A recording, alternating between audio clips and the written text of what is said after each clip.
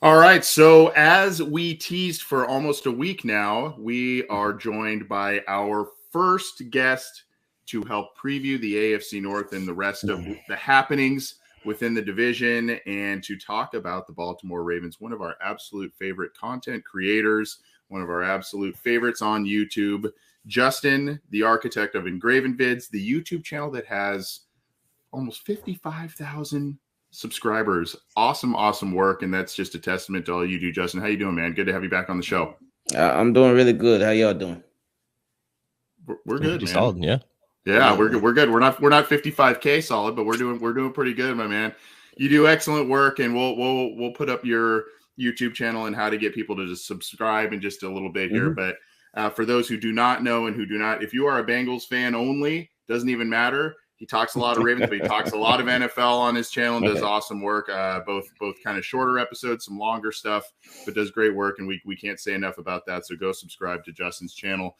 Let's kind of dive right into it. I guess we can start. Let's kind of start from last year and kind of work our way to the present, if you will. Tough year for the Ravens last year. I mean, they were in it to the end, and I think it's a testament to Harbaugh, the staff, and how that team is run. But tough year injury wise and whatnot. They were in it towards the end there. But kind of your takeaways from that season, was it just a lost season, or was it, hey, good effort based on everything that's happened? A little bit of both. I mean, I don't know. Your side of the table. What are you thinking about how everything played out last year? Yeah, definitely a little bit of both. Because like you mentioned, they were in it to the very end, to the very last game when Ravens played the Steelers in Week 18, and they could have actually gotten into the playoffs if they would have won, and they needed a little bit of help to get in, but they obviously lost and they didn't make it. And I know a lot of Ravens fans were kind of divided about that, like, hey, if we get into the playoffs, what's the point? Because our team is so beat up. And then some were like, hey, we might as well just lose now. We get a higher draft pick. But then some were like me. I wanted them to get into the playoffs, regardless of the draft pick status, whatever. I wanted them to get into the playoffs because I know they wouldn't have had much of a chance. But if you're in the playoffs, then you have a chance. But anyway, last season, just the injuries, man. Injuries. And it started before the season even started. Before they even touched that Week 1 game against the Raiders, they had been so beat up, and they had lost so many significant guys too. You lose Marcus Peters for the year. You lost Gus Edwards, J.K. Dobbins for the year.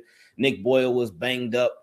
Ronnie Stanley, I don't even think he made it through the whole Week 1 game, and then he was lost for the rest of the year. Derek Wolf, I mean, I can go down the whole list, and it's a very, very long list. And then, of course, guys got lost throughout the season too. But with as many guys as the Ravens lost through the season, we still had the guy that our team runs through, that being, of course, Lamar Jackson. And when Lamar Jackson, he was even hurting during the season, but he was playing, and Ravens were winning for the most part. They were at one point, they were not only top of the AFC North, but top of the AFC. Ravens were sitting at 8-3, and it was like, wow, we're first place in the AFC. That's crazy, especially with all the injuries. Then Ravens lost a couple games. Then against the Browns, Lamar Jackson got hurt, and that would be the last game that he would play in for the remainder of the season. And everything just continued to go downhill from there. Of course, those games been hearing a lot about, especially recently. I mean, not even recently, really, just all off season. With the Ravens games against the Bengals, there's been a lot of trash talk going back and forth amongst Ravens and Bengals fans for those. Because I know Ravens fans like, hey, you guys beat up on an injured team.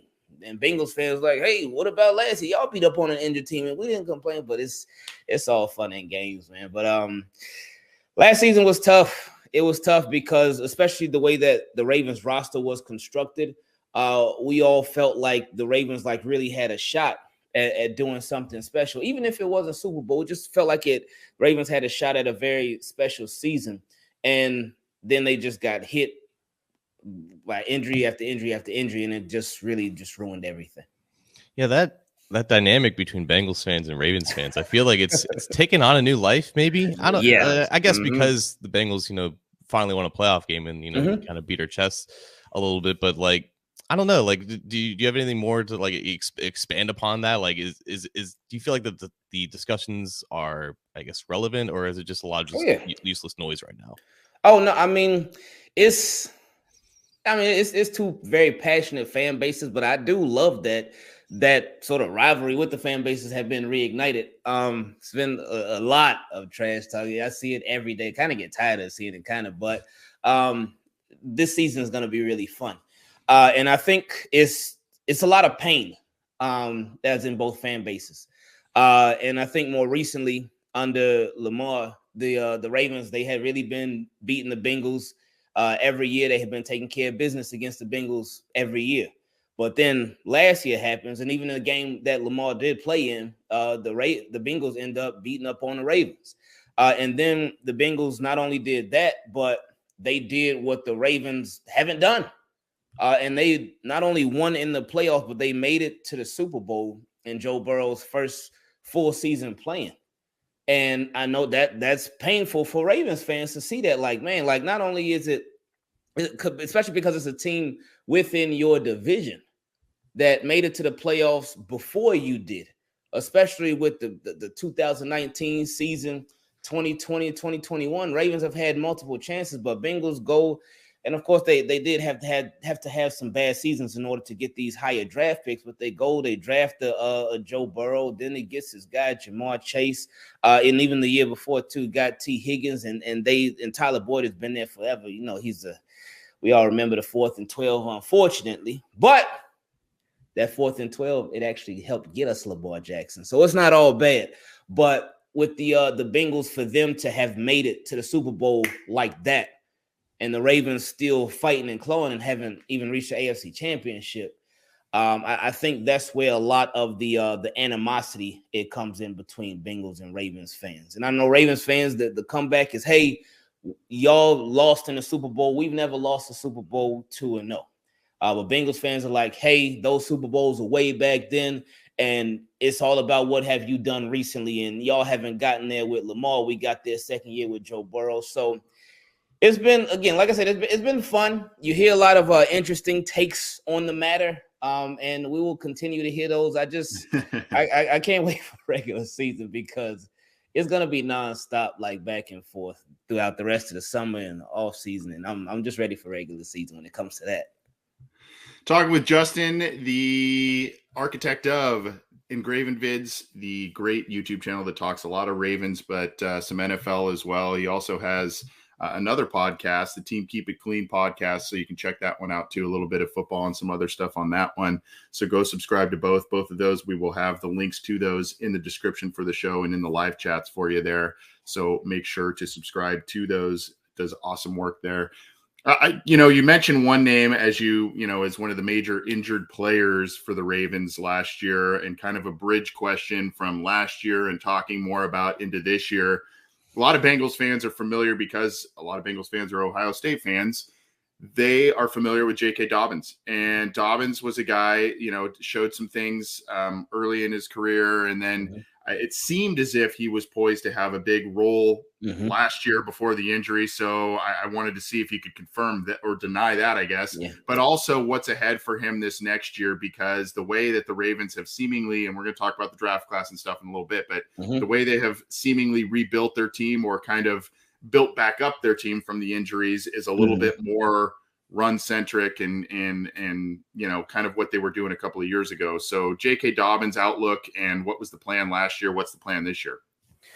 For J.K. Dobbins, he was looking to be their guy for them at running back. Of course, they still had Gus Edwards, but J.K. was looking to be that feature back for the Ravens. And one thing that they continued to talk about last year, and they've been talking about it this year too, they want to get the backs involved, especially J.K. Dobbins, more involved in the passing game.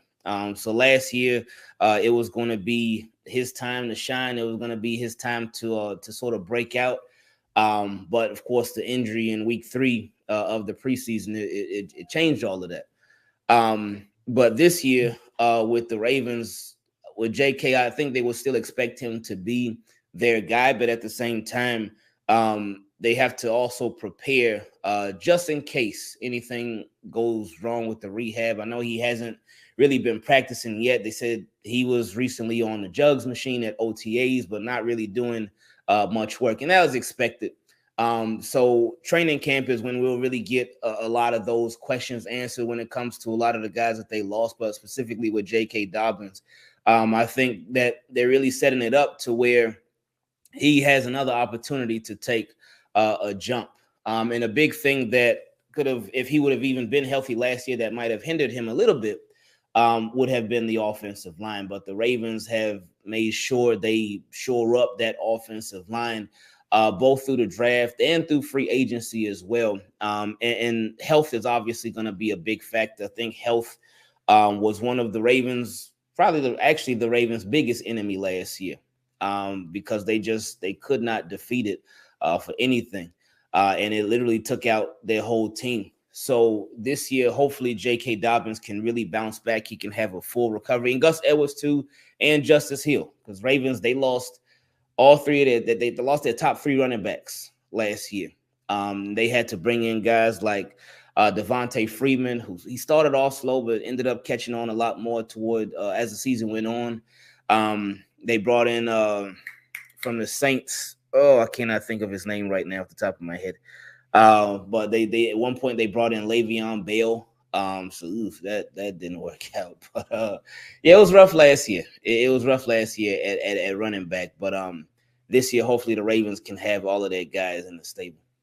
That was so wild. Like right before the season, it was just like hit after hit after hit. I'm like, who the hell is going to be lining next to Lamar Jackson? But you know, yeah, like that's just like the Ravens do. Like they just find ways to get guys on the field and get the most out of them. And I guess like where my main like question is now is really with the receivers, because it made sense to me. Like if you weren't going to pay Marquise Brown, if you can get a first round pick for him, that makes a lot of sense. I guess now I look at what that team has a receiver, and it's Rashad Bateman and maybe like a lot of question marks. So like what seems to be like the plan for replacing like the impact and the presence that Marquise Brown has? Because I'm a fan of Bateman, but you know, he hasn't really done too much just as a first year player, now a second year player. Yeah, that's a really, really good question. And yeah, a lot of question marks at receiver. A lot of us are still wondering what the Ravens are going to do, if anything, because Rashad Bateman, it was crazy again last year, injuries. Rashad Bateman missed like the first 5-6 games due to injury. And then he came back and Lamar was playing for a little bit, but then Lamar ended up getting hurt. So that just threw everything off for them. But Rashad Bateman, he looks like he is the part. He looks like he's going to be pretty good, very good route runner, good hands, got a good amount of speed too. But after that, it's just, and even including Rashad Bateman a bit too, there's a lot of, Ravens have a lot of unproven guys at the wide receiver position. They have a Devin Duvernay, they have a James Prochet, and they have a Tylan Wallace. Rashad Bateman and Tylan Wallace are going into their second year. Devin Duvernay and James Prochet are going into their third year, but none of the receivers have really gotten a consistent amount of passes, catches. And it's just a lot of question mark there. So I would expect them to bring in a veteran wide receiver. But I've been expecting them to do that for a little while. I was when they traded Hollywood Brown away, because he said he didn't want to be there. He was not a fan of the offense, the style of offense. And that's something that he had voiced multiple times. And the Ravens were like, hey, okay, you don't want to be here, well, we'll trade you. And they did good, very, very good value. You get a first round pick for a 2019 first round pick. That's a good flip. But when they traded Hollywood Brown away, I was expecting them to address wide receiver in the draft. But I think a lot of the guys that they were looking at, they got taken early, and I guess they just didn't want to settle. So I can respect it, but now it's like, all right, what's the plan going to be? Because I don't see them going into the season with those being their top four guys: Bateman, Prochet, Duvernay, and Wallace. And then they've signed quite a few undrafted rookie free agents at wide receiver too. But I just don't see them going into the season without a veteran. Well, let's talk a little bit about what the Ravens did, and I'll share something here in just a second. What the Ravens did in the draft. So I've got kind of a two-part question for you, just kind of your overall impressions in terms of the class, and we'll show all the names here in just a second. But what the Ravens did in the draft with their class, I personally, for the most part, loved it. I think I would have liked to have seen maybe a wide receiver that, like we just talked about, a bigger name wide receiver, but they got a lot of other big names at offensive line, on defense and whatnot. So I think they did a lot of good work there. And because we Bengals fans and those who cover the team are so self-absorbed about the Bengals and how great they did last year and how great they're going to be going forward. Yeah. We kind of have, at least I do a little bit, we kind of have this impression that a lot of teams, and maybe even those within the division, are kind of playing a little bit of keeping up with the Joneses in terms of, how the Bengals have built their team, how they built their offense. And when you look at some of the things that the Ravens did, particularly on the defensive side of the ball in the draft and in free agency, it maybe points to that a little bit. I don't know if you have a sentiment of that, but I'll pull up the names here. But what did you kind of, just to start with, what did you kind of think of the draft class and how the Ravens did in April there? I thought it was really good. They got a lot of value in this draft class. A lot of guys who were known as like top 15, top 20 picks. They ended up getting them later on. Started off with Kyle Hamilton. And again, with the way that a lot of teams build, they build to beat teams in their division first. I remember after the last game, the last Bengals game, I said I couldn't call Joe Burrow anything but 500 Burrow, since he threw for 500 yards against Ravens defense. But Ravens, they of course they recognized that, they noticed that, and then they didn't have Marlon Humphrey, Marcus Peters. They were missing a lot of guys, and some of those guys will be back. Some of those guys are free agents and whatnot. But with Kyle Hamilton, it was like, okay, they're trying to show up the back end. They don't want all those passes sailing over the top of their head, because they not only drafted Kyle Hamilton, but about a month prior to that, when free agency opened up, they signed Marcus Williams, the safety from the Saints.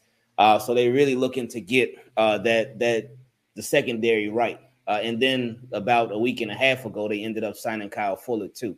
And then in this draft, they drafted 2 cornerbacks. So just to add to the depth, Tyler Lindenbaum, Ravens fans, we have been it's been a big frustration with the offensive line for a while.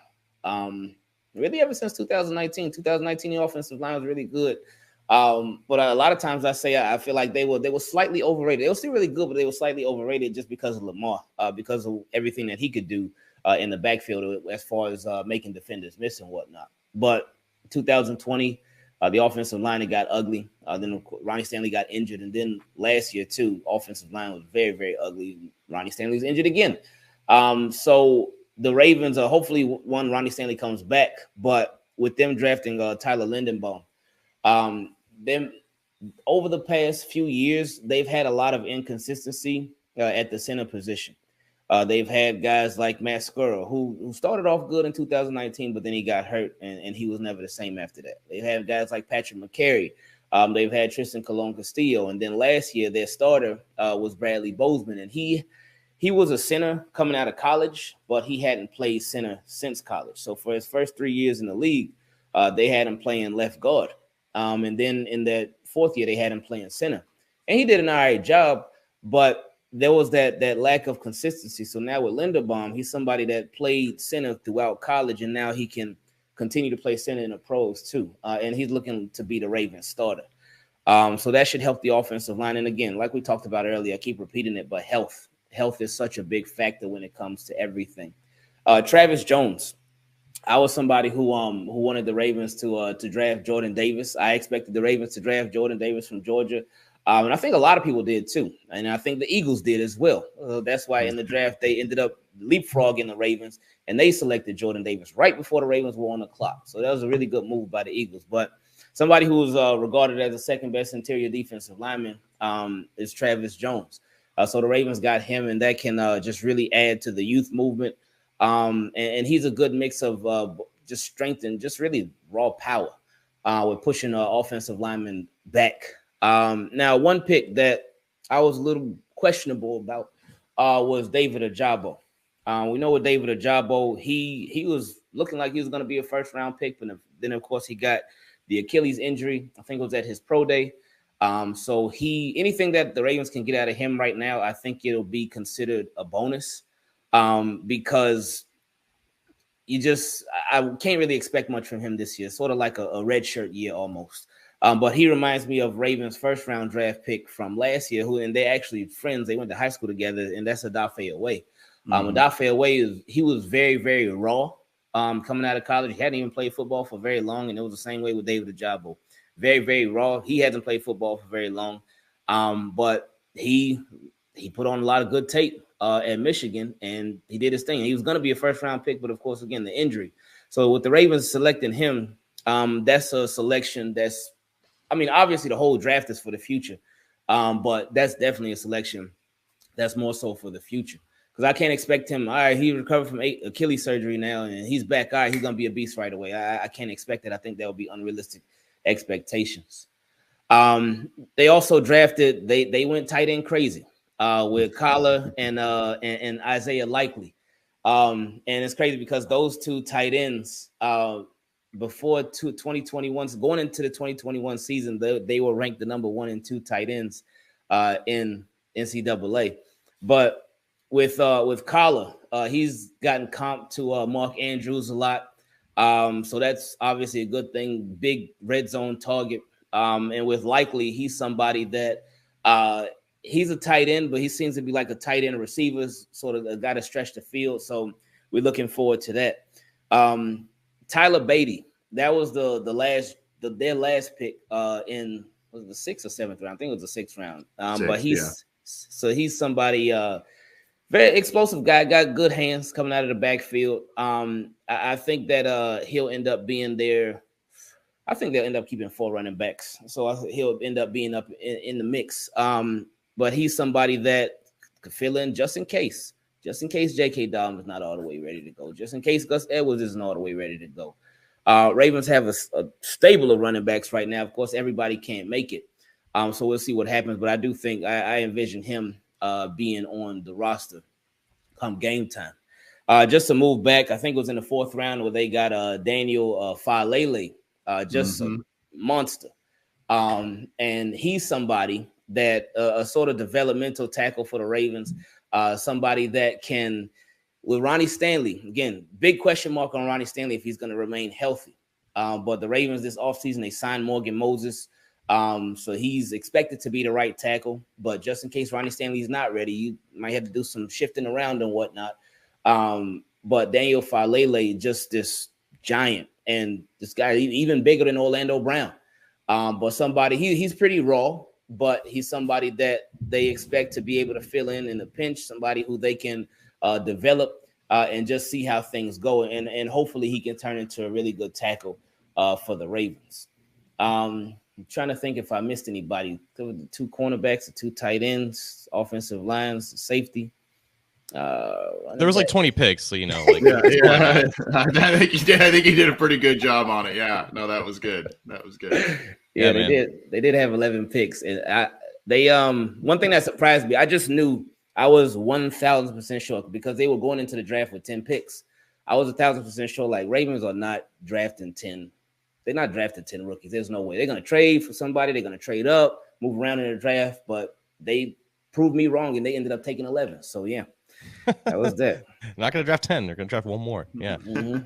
But at least 5 of them, I know, elicited a response from Bengals fans like, God damn, Ravens, like, why the hell would you do that? And I like what you said about Ojabo. It's just like it's a bonus pick. It's like a redshirt year to see what he can do. It doesn't hurt that he played under the current now defensive coordinator for the Ravens. And I wanted to talk about McDonald because I'm a believer that I think the NFL should look towards the college defenses to really start help evolving and best preparing against some of the modern offenses. What I didn't know is that McDonald actually worked under John Harbaugh with for the Ravens for 7 years. I thought he was just with his brother Jim for that time, but he's like 34 years old and he knows the Ravens system pretty well. So I guess my question is, now that you're in the post Wink era, like how much different is this defense going to be considering he coached under Martindale for like 7 years?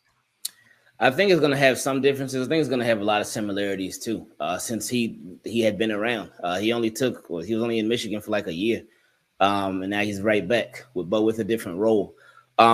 Something that I would expect from him would just, and my hope for him would really be to not put guys in bad situations. We know with Wink, and we love Wink, but Wink was live by, die by that blitz.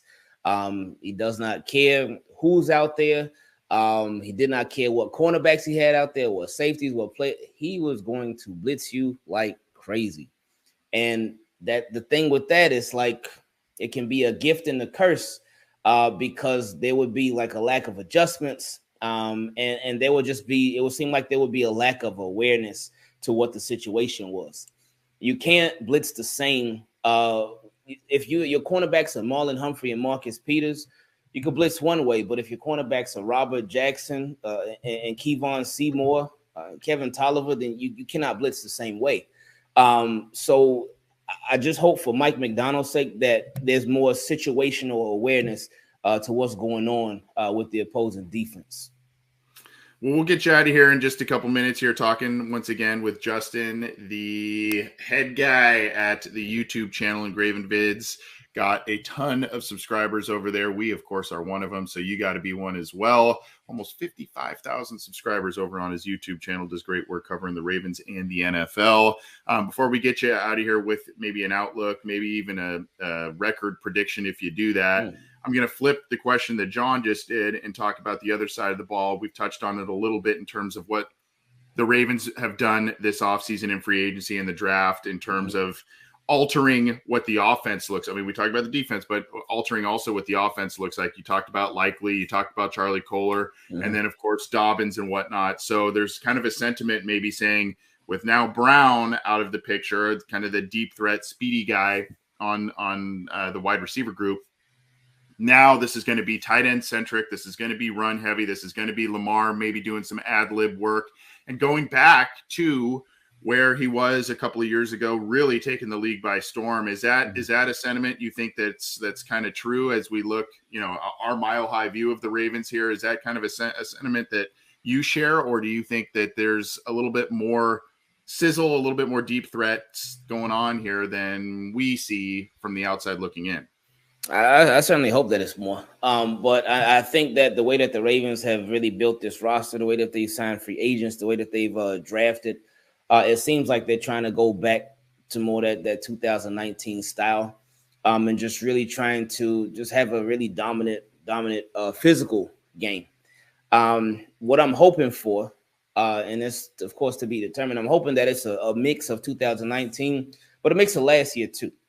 Because last year, I know a lot of people, they will continue to do it. But a lot of people, they doubt Lamar Jackson as a passer. I know that's a conversation that comes up every single day. Oh, Lamar Jackson, he can't pass the ball.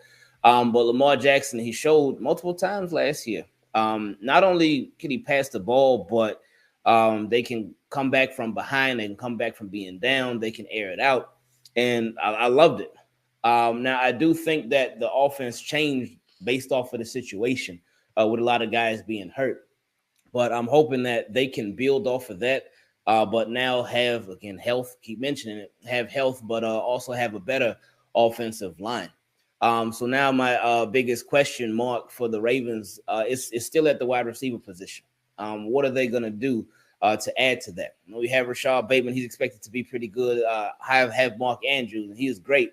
But what are we going to do in the passing game? Who's going to add to it? And not only because there's so many question marks, but because there's so little depth.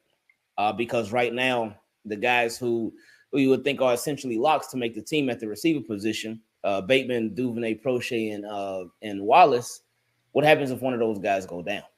What happens if one of those guys are injured? Then what? So not only to, as far as, for my opinion, them adding a receiver will not only help to just diversify the passing game, but just really give them more quality depth. But as far as the offense, it seems like they really want to do everything in their power to give their offensive coordinator, Greg Roman, absolutely no excuses this year. because they've built the offense to cater to Greg Roman, to cater to his strengths. So I think they just want it to be like, all right, Greg Roman, G-Ro, we're giving you everything in your power. Go to work, show us what you got. Because I think this is really a make or break year for Greg Roman, and really a make or break year for the Ravens as a whole. With Lamar Jackson being in his 5th year option, it's been pretty.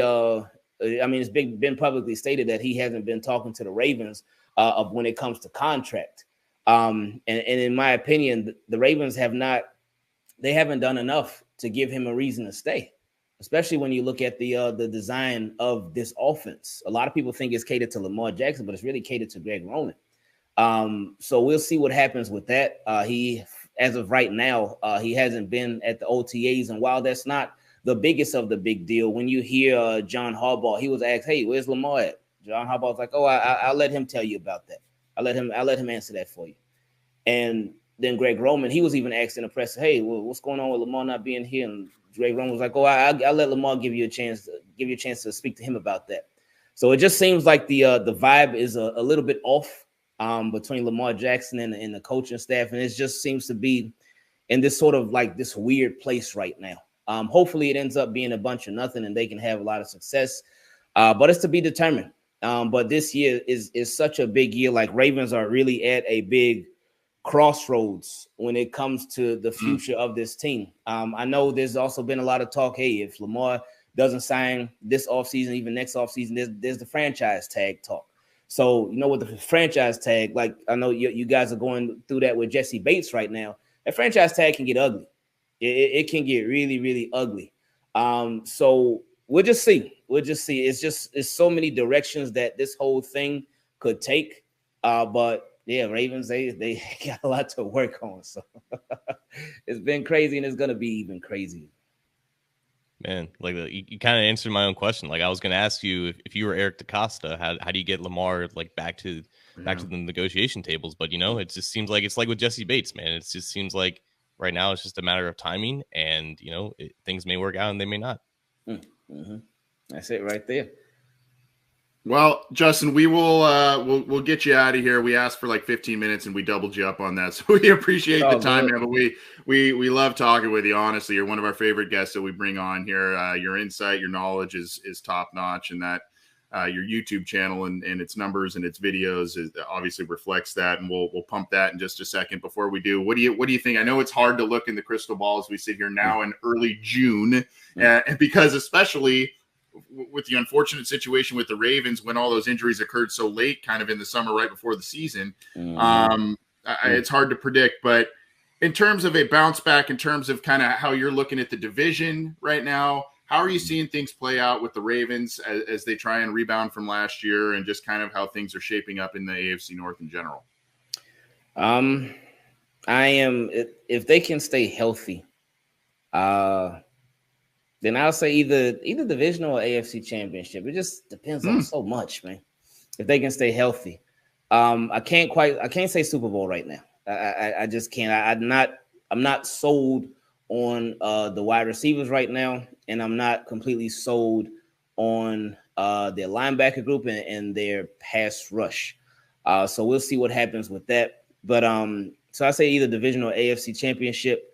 Obviously, depending on so many different things. As far as the regular season record, I would probably say like 12-5.